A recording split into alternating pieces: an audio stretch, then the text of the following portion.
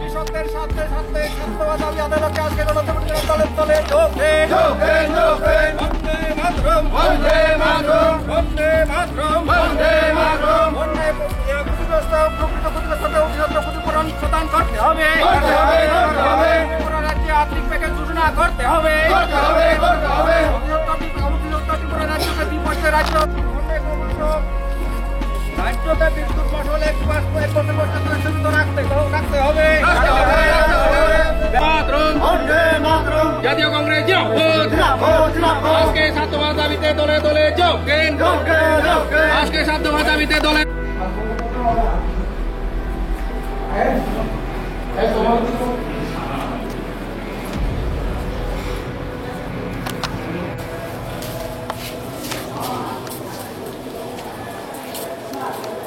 ওই আরো নালে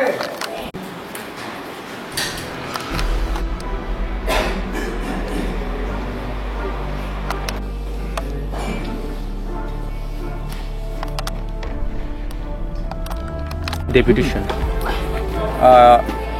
আমরা সবাই জানি ত্রিপুরা রাজ্যে সম্প্রতি যে বন্যা হয়েছে, ভয়াবহ বন্যা, তো এখানে রাজ্য সরকার যেভাবে ফলাভাবে প্রচার করেছিল,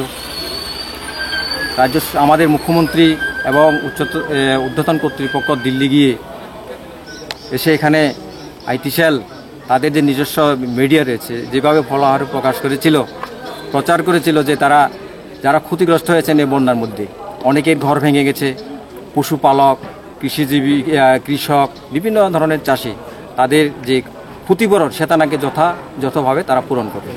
কিন্তু বর্তমানে বাস্তবতা আমরা সম্মুখীন হয়ে আমরা বুঝতে পারছি, এবং যারা ক্ষতিগ্রস্ত হয়েছেন আমি শুনেছি যে এখন থেকেই যে ক্ষতিপূরণ ঢোকা শুরু হয়েছে, অ্যাকাউন্টে ট্রান্সফার হচ্ছে, তো সেটা নগণ্য মাত্র 1000 টাকা।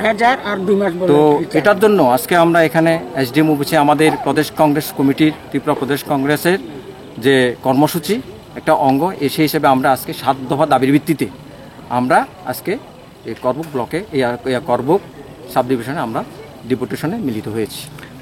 এই 7 দফার মধ্যে দাবির মধ্যে যে এগুলি আমি আপনাদের সামনে তুলে ধরছি।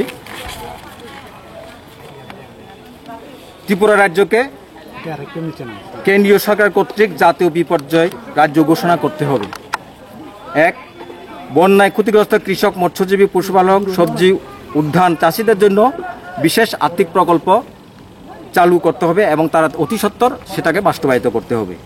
3 নম্বর, দলবাজি এবং রাজনীতি ঊর্ধ্বে উঠে প্রকৃত ক্ষতিগ্রস্তদের আর্থিক সহায়তা ত্রাণ প্রদান করতে হবে। 4 নম্বর, ভয়াবহ বন্যার ফলে রাজ্যের গ্রামাঞ্চলে একেবারে ভেঙে পড়া রাস্তাঘাট, বিদ্যুৎ পরিষেবা, পানীয় জল এখনও বিশেষ করে আমাদের এদেশি এলাকাগুলোতে সেগুলো ভেঙে, বিদ্যুৎ পরিষেবা যেমন ঠিকভাবে হচ্ছে না, রাস্তাঘাটও এখনও ভেঙে পড়ে রয়েছে, তো সেগুলি দ্রুত ঠিক করা। এবং 5 নম্বর হচ্ছে, ভয়াবহ বন্যা রাজ্যের প্রায় 20 লক্ষাধিক মানুষ ক্ষতিগ্রস্ত হয়েছে, যাদের মধ্যে বহু মানুষ সরকারি ও বেসরকারি সংস্থা থেকে ঋণ গ্রহণ করে রেখেছেন। বর্তমানে এই ঋণের টাকা প্রতি মাসে মিটিয়ে দেওয়া হয়। বন্যার্ত মানুষের পক্ষে সেটা এই সময়ের মধ্যে অসম্ভব, তাই অন্তত আগামী 6 মাসের জন্য ঋণগ্রস্তের কাছ থেকে অর্থ আদায় থেকে সরকারি ও বেসরকারি ব্যাংকগুলোকে বিরত থাকতে হবে। 6 নম্বর, ভয়াবহ বন্যার ব্যাপকতা অনুধাবন করে বিদ্যুৎ মাশুল বৃদ্ধি আগামী 1 বছরের জন্য যাতে স্থগিত রাখা হয়। 7 নম্বর, বিদ্যাজ্যোতির নামে যে প্রকল্প চালু হয়েছে ত্রিপুরা রাজ্যের মধ্যে, সেই যে পরীক্ষার ফি উত্তরোত্তর বৃদ্ধি পাচ্ছে, সেই পরীক্ষার ফিসটা যাতে বাতিল করা হয়। এই হচ্ছে আমাদের 7 দফা দাবি। আপনার পরিচয়? আমার নাম কমল দেওয়ান, আমি পিসিসি কমিটির সম্পাদক।